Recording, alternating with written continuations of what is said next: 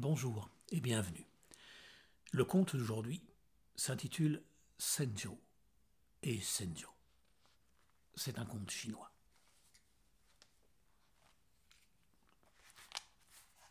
Senjo, fille de Xiu Kan, et Wang Shu, son cousin, s'aimaient depuis l'enfance. Ils semblaient si parfaitement heureux ensemble, complices en tout, riant au même bonheur, ou l'un l'autre se consolant quand survenaient des peines passagères, que les deux familles avaient convenu d'unir ces enfants inséparables quand l'âge serait venu. Or, le gouverneur de la province vint un jour en visite dans leur village. Parmi les jeunes filles désignées pour l'accueillir au seuil de la maison commune, il remarqua Senjo. Devant elle, il s'arrêta, le regard tout à coup émerveillé par sa beauté et le cœur vivement remué. Jusqu'au soir, malgré l'abondance des fêtes et des discours, il ne pensa qu'à elle.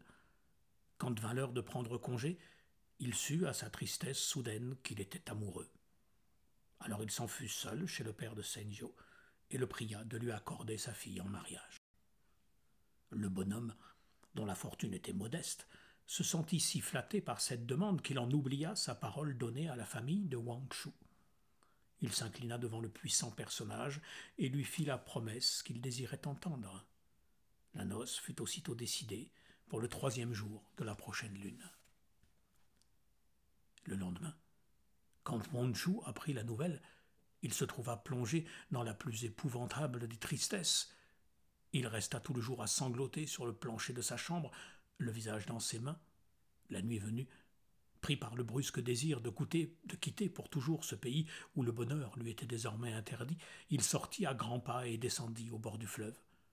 Il poussa sa barque sur l'eau calme, sans souci du lieu où le conduiraient les courants.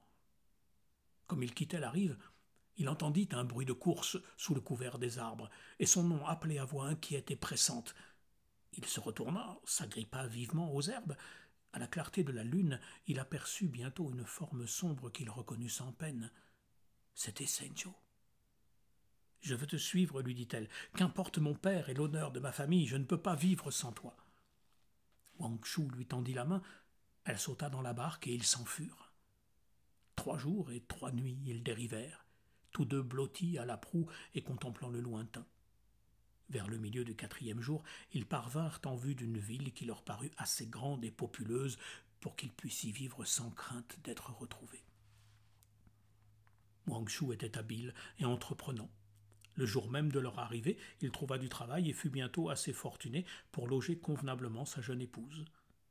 Après 1 an d'heureuse vie, Senjo mit au monde un garçon. 2 années plus tard, lui naquit une fille.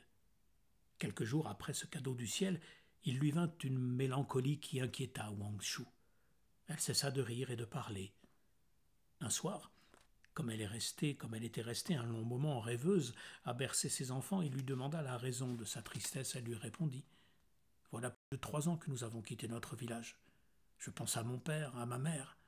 Je crains que mon départ les ait durement éprouvés.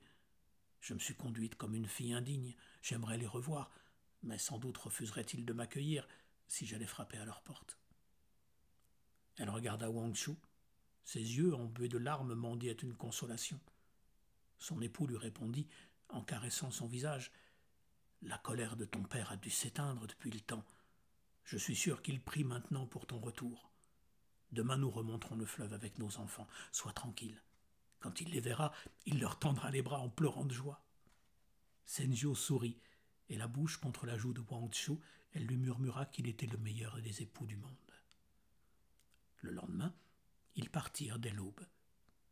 Parvenus à la lisière de leur village, Senjo demanda à Wang Shu d'aller seul parler à son père avant qu'elle n'ose paraître devant lui. Wang Shu mit son sac sur l'épaule et s'en fut donc à la maison familiale. Il redoutait de durs reproches et s'attendait à devoir rudement plaider sa cause. À sa grande surprise, les parents de Senjo le reçurent avec des cris de joie, et dans leurs yeux une lumière émerveillée. « C'est le ciel qui t'envoie, lui dirent-ils. Sois le bienvenu. Depuis que tu es parti, notre fille Senjo n'a pas quitté son lit.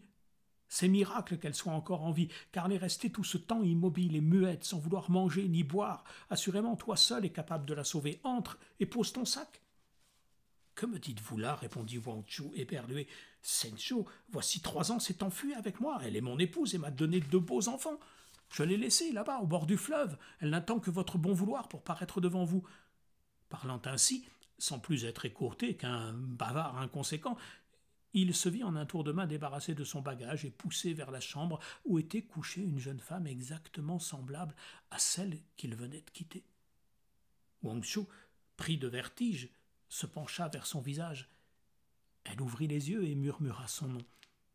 Alors il poussa un cri épouvanté, se rua dehors, courut au bord du fleuve où l'attendaient son épouse et ses enfants. Il les serra dans ses bras et dit ce qu'il bouleversait. Ils montèrent vers la maison. Sur le seuil les attendaient les vieux parents et leur fille ressuscitée. Les deux jeunes femmes s'avancèrent l'une vers l'autre. Quand elles furent face à face, elles eurent un instant de halte, se regardèrent avec le même sourire, firent ensemble le pas qui les séparait et aux yeux de tous se fondirent en un seul être. Alors le vieux père ouvrit ses bras à celle qui maintenant venait vers lui. Il l'étreignit, les larmes aux yeux, puis s'approcha de Wang Shu et lui dit « Depuis 3 ans, il faut croire que tu n'as vécu qu'avec l'esprit de Senjo, son fantôme. Je te plains et je t'admire, car assurément il doit être éprouvant pour un homme véritable de se contenter d'une apparence de femme. » Ce fut Senjo qui répondit « Père, c'était chez toi que gisait mon fantôme. Fille obéissante des Chiokan et promise à Wang Shu, mon corps et mon désir de vivre s'en sont allés avec lui, quand je me suis trouvée prise dans ta décision de me donner au gouverneur de notre province. Les preuves de ce que je dis sont là, contre mes flancs. Vois, 2 enfants que nul esprit désincarné n'aurait pu mettre au monde. » Le vieux père demanda pardon à Senjo pour le déchirement qu'elle avait subi par sa faute, et l'épouse de Wang Shu, enfin réconciliée avec la fille de Chiokan, entra dans la maison familiale. À demain.